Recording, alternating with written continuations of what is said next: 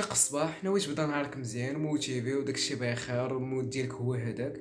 كتجي تشوف شي ميساج ولا شي حاجه بحال هكا كتلقى راسك في الريل مورا ريل مورا ريل. واحد ساعتين ديال المكانه ما كتحسش اصلا كيفاش دازت، تحس بلي في النهار اللي كتبغي تبدل فيه عقلك عاد كيبغي يشد معاك العكس وديك باقي يشد معاك داك السكر الخاوي. انا عارف بلي هادشي كيطرى ليك وحتى انا كيطرى ليا ماشي مره وماشي جوج، وفي كل مره كنقول صافي في هاد رمضان غادي نقدو امورنا اصلا في الوقت، الامور كلها في الوقت، عاوتاني كنعاودو نفس الغلط. واش التليفون هو السبب ولا كاينه شي حاجه كبيره مور هادشي اللي كتسرق لينا الجهد الطاقه التركيز، اي حاجه كنحتاجوها باش نبقاو ديسيبلين على داكشي اللي باغي نديرو؟ الا كان الجواب ديالك على هاد الاسئله هو فهاد السلسله غادي تعاونك بزاف، وحتى الا كان لا غادي يعاونك انك ما تطيحش في نفس الغلط اللي كيطيحوا فيه بزاف ديال الناس. وباش نعرفوا هادشي يلا نبداو.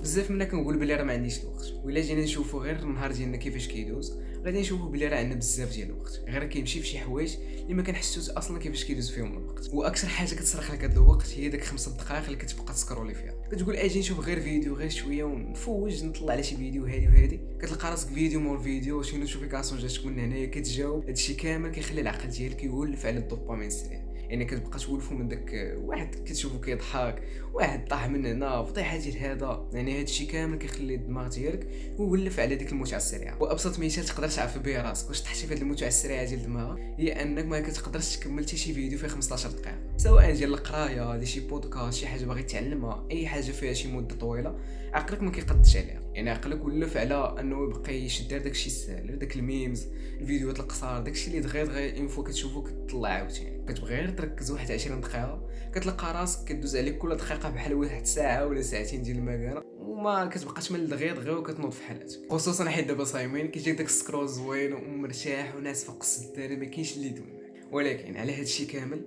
واش نقدروا زعما نردوا السيطره من بعد ولفنا لعقلنا داك السكرول كل مره كل دقيقه؟ هادشي تماما اللي كان كيطرا معاك، كيبقى شاد التليفون النهار كامل وكنبقى مجبد وكنسكرولي، والمشكله ما كنحسش بالوقت. انا نوريكم دابا كيفاش.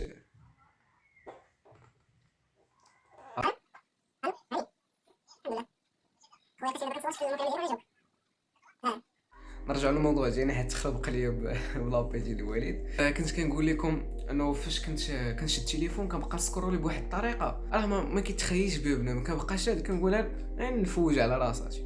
واحد النهار شنو طرا ليا؟ هاي 13 ساعه، عرفتيني 13 ساعه وانا مدوزه في التليفون، ما عرفتش كيفاش دازت، كيفاش الله اعلم. واش كنت ضاربين لي شي برا ولا ما عرفت شنو، ولكن فريمون هاد السكرول ديال تبقى غير كتقول غير ندوز وقيته كتلقى راسك دايز. وهذا هو الدور ديال السوشيال ميديا، كيبقاش تشد لك لاتونسيون ديالك، كتبقى دوز بواحد السرعه خياليه. وسيغ شوف الناس اللي كيسهروا تكونوا كتلاحظوا انه فاش كتبغيو مثلا تنعسوا ولا كتقولوا نسكروليو ونعسوا كيبقاو يطلعوا لكم الريلات على داكشي اللي كتحسوا به نتوما فيلينغز ديالكم. الا كنتو مكتئبين هذيك خلاص ديك بوحدها ما ندويش عليها. كنتو المهم اي فيلينغ عندكم يبقى بحال داكشي كيبقى يشدك انستغرام كيشد لك لاتونسيون ديالك ماكسيموم، تبقى جالس في داك البلاتفورم ما كتحس كاع براسك. شويه كتلقى راسك مدقدق مسالي، لا انت قادر تمشي تخدم لا تمشي تقرا لا دير شي حاجه والو من بعد ما كتسكرول. يا اما خصك تنعس ولا تبقى مجبد، اما انك تسكرول وتمشي تخدم مستحيل. ديك الساعه اصلا كيكون الدوبامين ديالك طالع واحد لافان اللي كبير، الدماغ صافي ولف داك الدوبامين، وفوق كتوري لك شوبه كيسحب لك بحال وريتي لي شي حجره يبقى يتسوق مازال شي حاجه. كيف ما قلت لكم كنبقى نسكرولي بواحد الطريقه اللي خايبه ديال بصح، يعني كنقول غير ندوز وقيت كيف ما قلت لكم زعما نرفع على راسي ولا شي حاجه بحال هكا. ولكن تنقول لكم دمرت العقل ديال بصح، حيت اون فوا كنبغي نخدم ولا ماشي نتعلم شي حاجه ولا شي حاجه بحال هكا كنلقى راسي ما قادش نخدم. راه تكونوا كتلاحظوا الا كنتو غير كتقرا كتقولوا يلاه كتقرا واحد نص ساعه المكانه ولا ساعه، تقول اجي نهز التليفون نطلع على انستغرام كتلقى راسك مشى مشى العقل، تبقى تسكرولي هنا وهنا وهنا، وفي الاخر كتلقى راسك مدقدق. ماشي زعما كتجي زعما موتيفي وتخدم، لا كتلقى راسك مدقدق. هذه هي المشكله الكبير. وما حسيتش بهذا البلان انت تقريبا دابا بديت كنوعى به كنقول لا ما يمكنش لي ما بقاش ديما تليفون. كنولي نعس بكري كنبقى ندير واحد الليميت ديال انستغرام، تكونوا كتدخلوا السيتينغ ديالكم بقى تبدلوا في التايم ديالكم، بقى ديروا فيه مثلا واحد ساعه المكانه في النهار. نقولوا الناس اللي مبليين واحد 3 سوايع ساعتين بقات نقص بها كل نهار 15 دقيقه، حيت هادشي باش غادي كنبقى نقص بها بشويه باش يلاه كنبقى نتقاد مع داكشي اللي كنبغي نخدمو. انا مثلا الا بغيت نخدم ما يمكنش ليا نسكرولي قبل، الا سكروليت ما غاديش نخدم بجد، كنبقى نتفوكس واحد 6 سوايع مثلا انا كنقول مورا الفجر غنخدمو، كنبقى خدام حتى ل 12 ديال الصباح مثلا، اولا المهم كتبقى دير واحد ليميت بينك وبين ديك السوشيال ميديا باش ما تبقاش تسكرولي، حيت داك السكرولين يبقى يطلع لك الدوبامين ديال الصح. ماشي غير السكرول، حتى الا كنتي واحد الانسان اللي مدمن على الفيديوهات ديال اليوتيوب ولا شي حاجه بحال هكا، غتلقى مشكل بانك موراها كتبقى تحس براسك مدقدق وما يمكنش لك انك تخدم. من بعد ما وعيت بهذا الشيء عرفت بلي المشكل ماشي في التليفون، المشكل في غياب لا ديسيبلين. ورمضان اكثر وقيته تقدر تعلم فيها كيفاش تحكم في راسك، وكمثال على هذا الشيء كتقدر تصبر على الجوع ديالك لمده طويله. وغادي تلاحظ هذا الشيء انك في البدايه ديال النهار تقريبا من 5 ديال الصباح حتى 12 ديال النهار كتبين لراسك بلي راك قادر تركز وقادر تبعد على المشتتات ديالك، وقادر انك تصبر على الجوع ديالك، وكيكون عندك واحد الجهد الكبير ديال انك دير بزاف ديال الحوايج. وهذا الشيء غير حيت صغير. وثاني حاجه كتعلمها فيه، كتعلم كيفاش تقاوم الرغبه ديالك، بحال الرغبه في الماكله بحال التليفون اللي الا خديتي الخطوه الصحيحه غيمكن لك تحكم فيه. وإلا قدرتي تحكم في الجوع ولا العطش ديالك ما يمكنش لك تقول لي انك ما تقدرش تحكم في التليفون. وهذا الشيء اللي كيوضح لنا اننا كلما خدينا خطوه وقرار صحيح كيبان لنا الفرق. وهذا الشيء اللي غادي يدينا لاهم حاجه في الفيديو، كيفاش تكون منضبط في 30 يوم ديال رمضان. ما غاديش نزوق عليك ولا نطول عليك الهضره، غادي نعطيك 3 الخطوات اللي تقدر تبدا بهم من اليوم.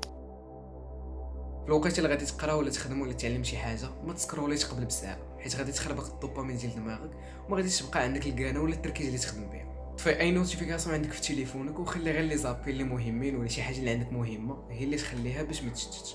وفاش بغيت تبدا الخدمه ديالك حيد عليك التليفون، ما يدورش حداك، حطوه في شي بيت، عطيه لشي واحد يخبيه لك ولا شي حاجه بحال هكا باش تبقى مديسيبلين على الخدمه ديالك وما تبقاش غير مشتت وتبقى مشغول نجاوب هذا الميساج نشوف هذا الريل نشوف هذا الشيء، باش نبقى منضبط على الخدمه ديالك وتكون بخير. يعني الخطوه الاولى نقصوا من مصادر التشتيت، وهذه الخطوه ما غادي تصدق معك الا الا عودتي داك السكرول ولا داك الوقت اللي كدوزو في التليفون بشي حاجه ايجابيه. مثلا تعاون ملي نضر في الفطور، تقاد البيت ديالك، تقرا داك الكتاب اللي شحال ما قريتيه.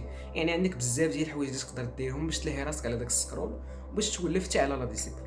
اذا الخطوه الثانيه عوض كل عاده سلبيه بعاده ايجابيه، وهاد جوج خطوات ما غادي يكملوا الا بالخطوه الاخيره اللي هي قول ديما مع راسك غادي نديسيبلين غير في رمضان ومن بعد غادي نشوف شنو غادي ندير. وهذه هي الخطوه الاخيره، تحكم في راسك غير في 30 يوم ديال رمضان. وحط في بالك باللي ماشي المثاليه ولا داكشي كامل خصو يكون مضبوط بالحرف ولا غادي يوصلك انك تبدل حياتك.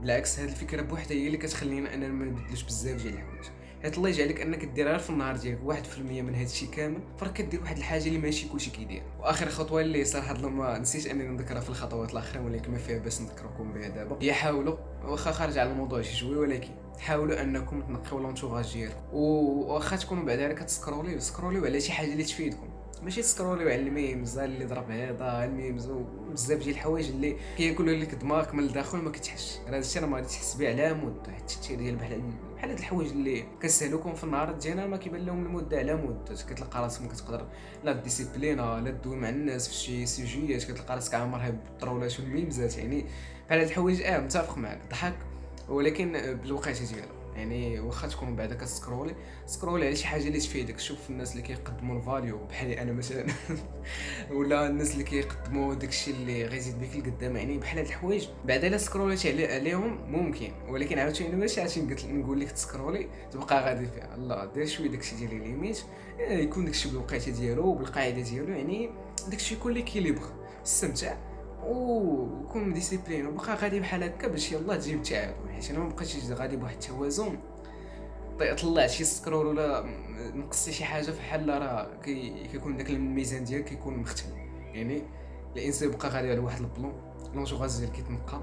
الخطوات اللي قلت لكم راه ديجا قلتهم لكم مرجعوا عليهم الا نسيتوهم عاودوا الفيديو ولا شي حاجه بحال هكا. ودابا عندك الاختيار، واش تبقى تابع نفس العاده ولا تاخذ الخطوه وتبدل كاع العاده ديالك في رمضان. حيت رمضان ماشي غير ديال الصيام، فراه احسن وقيته اللي تقدر تبدا فيها بحال هاد الحوايج شي تكون عندك لا ديسيبلين طالعه ما بين الصيام وبين العبادات وما بين بزاف ديال الحوايج.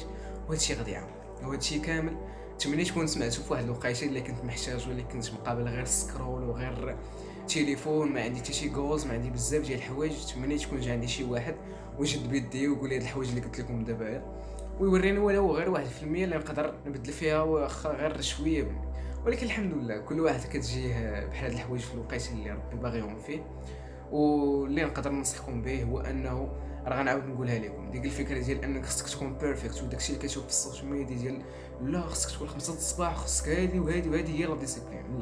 لا ديسيبلين هي كدير دوك الحوايج اللي خصهم يداروا وما تعكسش عليهم، تبقى غادي على واحد البلان كل نهار. واخا داك الروتين رانا متفق معكم بانه غيجيكم صعيب وغادي تعكزوا عليه بزاف ديال الحوايج، ولكن ثقوا بيا غادي يخرج لكم بواحد لي ريزولت اللي الناس اللي ناجحين راه غاديين بهاد لي بلان بحال هكا. ما كيبقاوش زعما يضربوا داكشي مثالي وداكشي، راه كاملين كيبداو بهاد الطريقه، حاجه مور حاجه، وكيبقاو مستمر عليها. وبواحد الوقيته اللي كيخصهم شويه ديال الصبر وشويه ديال بزاف ديال الحوايج، كيحرموا راسهم من بزاف ديال الحوايج. ما يمكنش انت باغي يكون عندك لا ديسيبلين وما تحرمش راسك من انك تسكرولي بزاف ولا دير بزاف ديال الحوايج اللي عزازين عليك، فراه ما غاديش توصل لشي بلاصه.